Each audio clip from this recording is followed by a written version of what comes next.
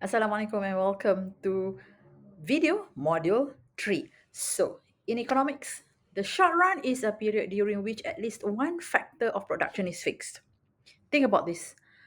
You have got a small bakery, and in the short run, you cannot quickly change the size of your kitchen or the number of ovens you have. What you can do is just to adjust your labor and materials, like hiring more bakers or buying more flour. Okay.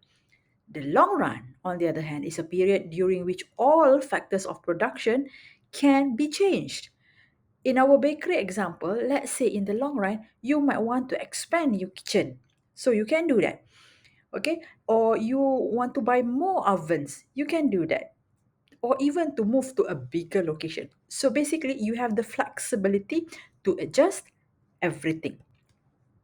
So in this module, we are going to see the relationship between the long run production cost with the firm size, and how does the cost curve look like, and then the economies and these economies of scales. These two are the very important thing in this module. Minimum efficient scale, and also how industry structure relates to the long run production cost. Okay. In the long run, firms have the flexibility to change all inputs, including labor, capital, and technology, to achieve the most efficient production levels.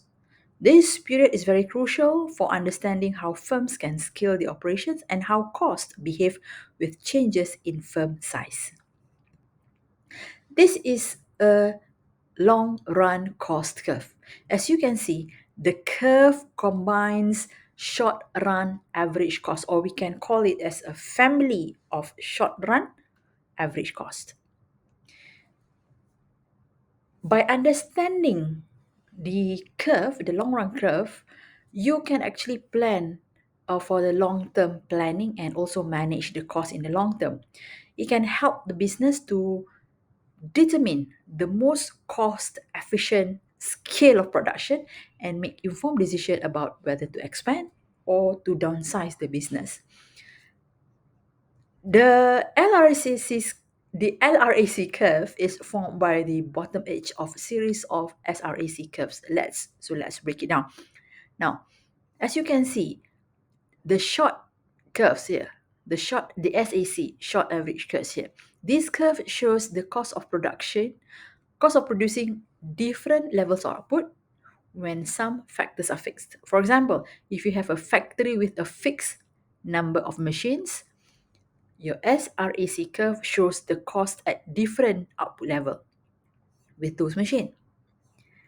Now think of multiple short run cost curves where each representing different fixed costs.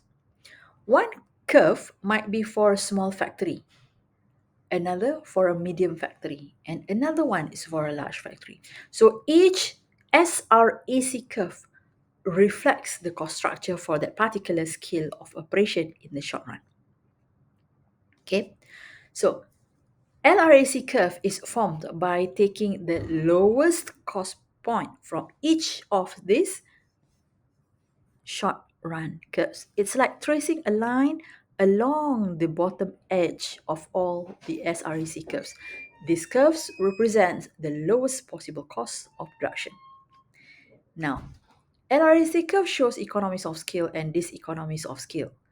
In the beginning, as you increase your production, cost per unit decrease due to efficiencies, and we call that as economies of scale. But after a certain point, increasing production further can lead to higher cost per unit, and we call it diseconomies of scale.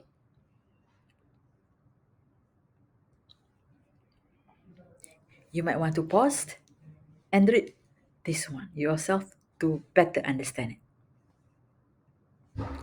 Now, try this one and see whether you can understand whether these scenarios refer to EOS, DOS, or CRTS. Once you do it, you can check with the answer.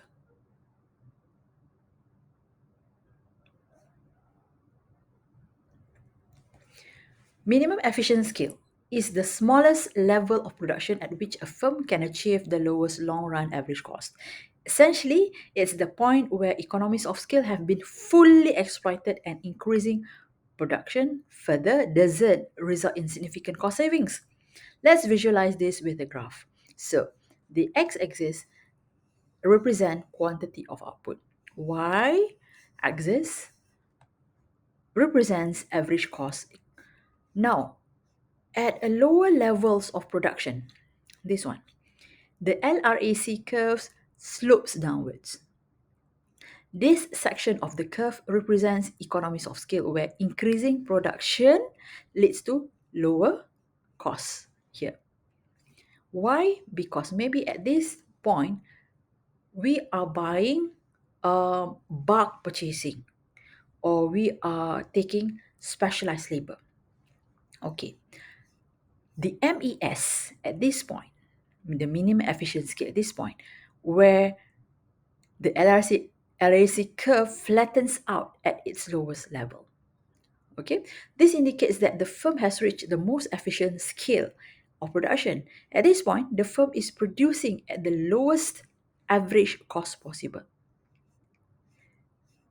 After reaching MES, the long run curve may stay flat for a range of output level. This indicates constant returns to scale, where increasing production doesn't change the average cost. However, if the firm continues to increase production beyond the range of constant return to scale, the long run curve starts to slope upwards. See, the cost here slopes outward. This section represents diseconomies of scale, and it happened where when the factors having problem like management inefficiencies and also a business getting more complex. So the key point here, the MES is important because it helps firms to determine the optimal scale of operation to minimize cost. Producing below MES means the firm is not fully exploiting economies of scale.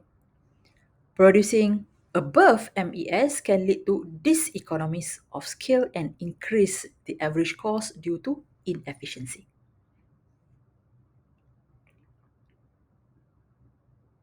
Now, in the long run, all inputs can be adjusted and firms have the flexibility to enter or exit an industry based on profitability. Understanding the long run and industry structure is essential for analyzing market dynamics. When we talk about industry structure, it means that we are talking whether that industry is a perfect competition, monopolistic competition, oligopoly, and monopoly. Now, let's try this one. A new coffee shop opens in a city with many existing coffee shops. The new shop differentiates itself with unique flavors and cozy ambience, attracting many customers initially. The question is, what industry structure does this scenario describe? What long run adjustments are likely to occur? And how will this affect the new coffee shop's profitability? The answer for here is this coffee shop falls under monopolistic competition. The market has many coffee shops with differentiated products. In the long run, new entrants offering similar unique features will emerge, increasing competition and driving the new coffee shop's profits down to normal level. Try to answer this, for example, question 1 and question number 2. You can pause and try. Before, after that, you can go to answers to check whether your answers are correct or wrong. As a conclusion, in this chapter, we have seen several key concepts that are very important to understand the production cost and efficiency. We have explored the law of diminishing returns. We have examined the differences between short run and long run production cost.